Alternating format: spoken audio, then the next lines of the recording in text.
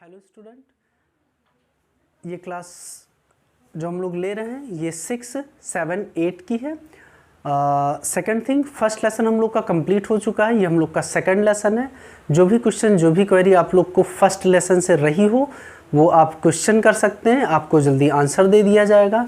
Second thing है कि आप लोग अपनी कॉपी कंप्लीट करते रहिए और ग्रुप में उसकी फ़ोटो भेजते रहिए, जिससे कि आपकी कॉपियाँ भी चेक होती रहे। कोई क्वेश्चन हो आप वो भी पूछते रहिए, सॉल्व उसका भी होता रहेगा। चलिए देखते हैं, हम लोग का आज का सेकंड लेसन है। क्या है? सेंटेंस।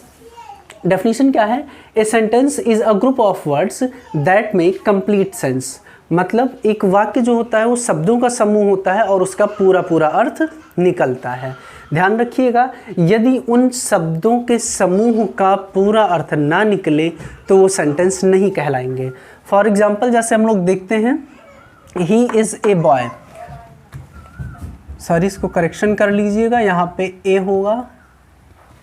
एग्जाम्पल, चलिए, ही इज़ ए बॉय, वह एक लड़का है। सेकंड लिखा है यू आर ए स्टूडेंट, तुम एक विद्यार्थी हो, लिखा हुआ है यहाँ पे। दोनों का अर्थ हमें समझ में आ रहा है कि इसका मीनिंग क्या है। अगर इन्हीं की जगह पे हम कुछ और शब्दों के समूह लिख दें लेकिन उनका अर्थ ना आता हो, जैसे हम लिख दें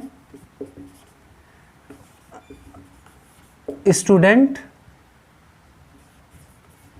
यू, तो इसका कोई अर्थ नहीं समझ में आता, जबकि ये भी शब्दों का ही समूह है। या फिर हम लिख दें यहाँ पे यू, आगे इज लिख दें, इज स्टूडेंट यू, तो इसका कोई अर्थ नहीं समझ में आता, मतलब ये हमारा वाक्य नहीं होगा। जिन शब्दों के समूह का अर्थ हमें पता चलेगा, समझ में आएगा, वही हमारे क्या होंगे?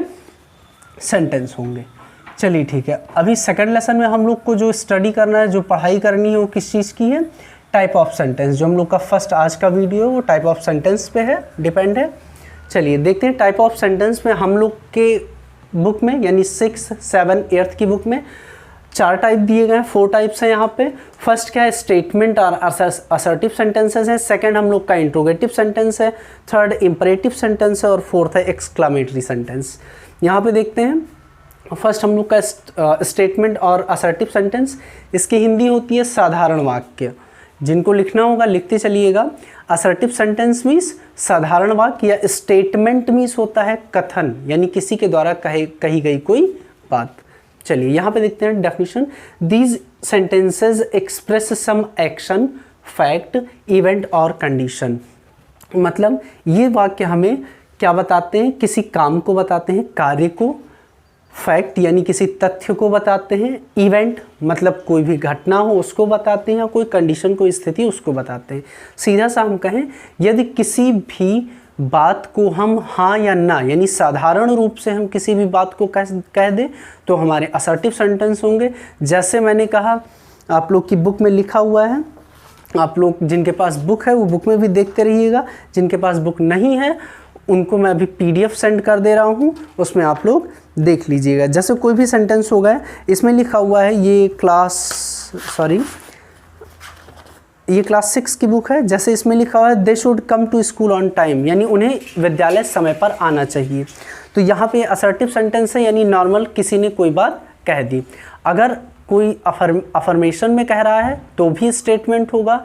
कोई नेगेशन में कह रहा है, मतलब किसी भी वाक्य को आप नकारात्मक करना है। जैसे मैंने कहा कि पंखा नहीं चल रहा है, तो यहाँ पे हमने बस एक बात कही है। और जब भी कोई कथन होगा, कोई स्टेटमेंट होगा, तो हमेशा क्या होगा? असर्टिव सेंटेंस में आएगा। यानी किसी की बात आप चाहे सकारात्मक रूप से कहें या नकारात्मक रूप से कहें, दोनों चीज़ें हमारी किस में आएंगी? असर्टिव और स्टेटमेंट में आएगा। ध्यान रखिएगा। अगला हम लोग का जो है वो क्या है? सेकंड, क्वेश्चन और इंट्रोगेटिव सेंटेंसेस। जैसा कि आप इंट्रोगेट से ही समझ सकते हैं, इसमें क्वेश्चन पूछा जाता है। डेफिनेशन देख लेते हैं पहले। These sentences ask some questions और सम क्वेरी। मतलब इसमें कोई भी क्वेश्चन या कोई भी क्वेरी पूछी जाती है। आपने किसी से कुछ भी पूछा है अगर, या कोई आपसे कुछ पूछ रहा है, तो वो सारे वाक्य, सारी चीज़ें क्या कहलाएंगी?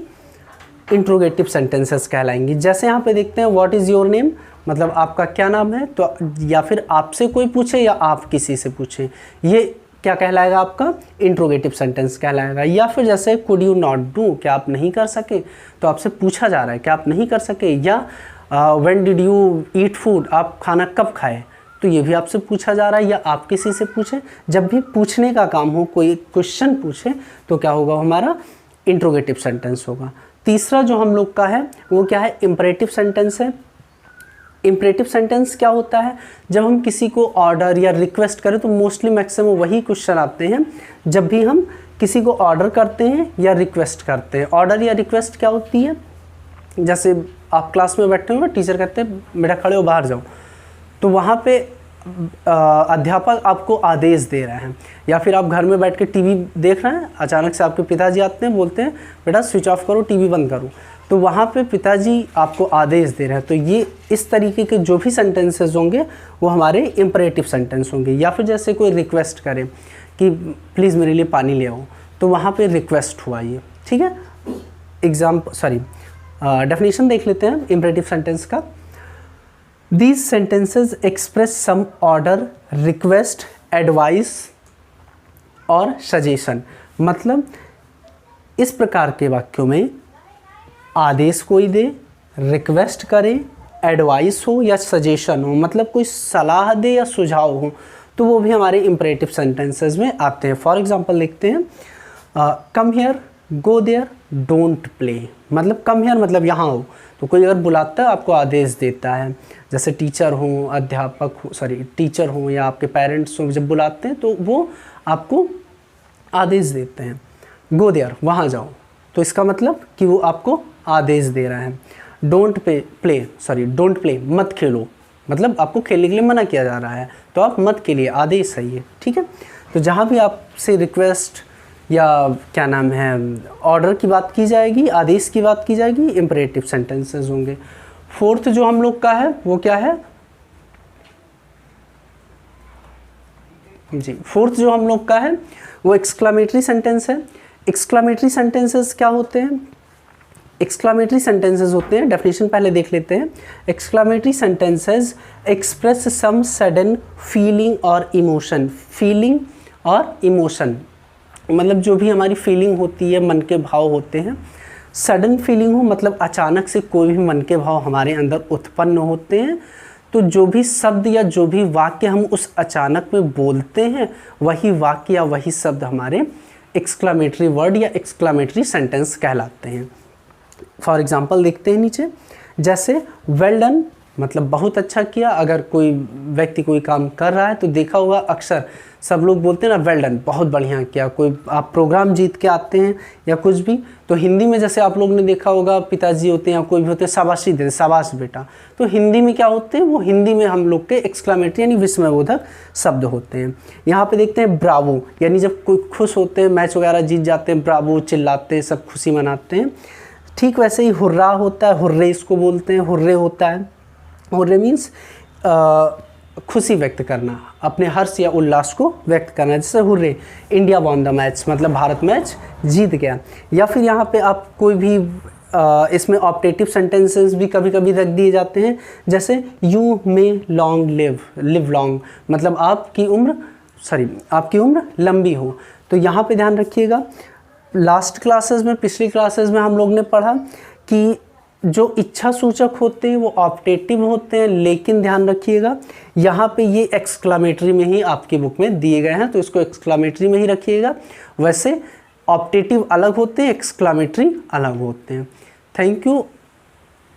नेक्स्ट हम लोग ध्यान रखेंगे इस चीज़ का कि ये जो भी मैंने लिखाया है पूरा आपको कॉपी में लिखा जाएगा। मैं इसकी भी पीडीएफ भेज दे रहा हूँ, बुक की भी पीडीएफ भेज दे रहा हूँ। आप पूरी बुक रीड कीजिए, कॉपी में लिखिए और लर्न भी कीजिए। उसके बाद कोई भी क्वेश्चन होता है तो आप ग्रुप में मैसेज कीजिए। Okay, thank you.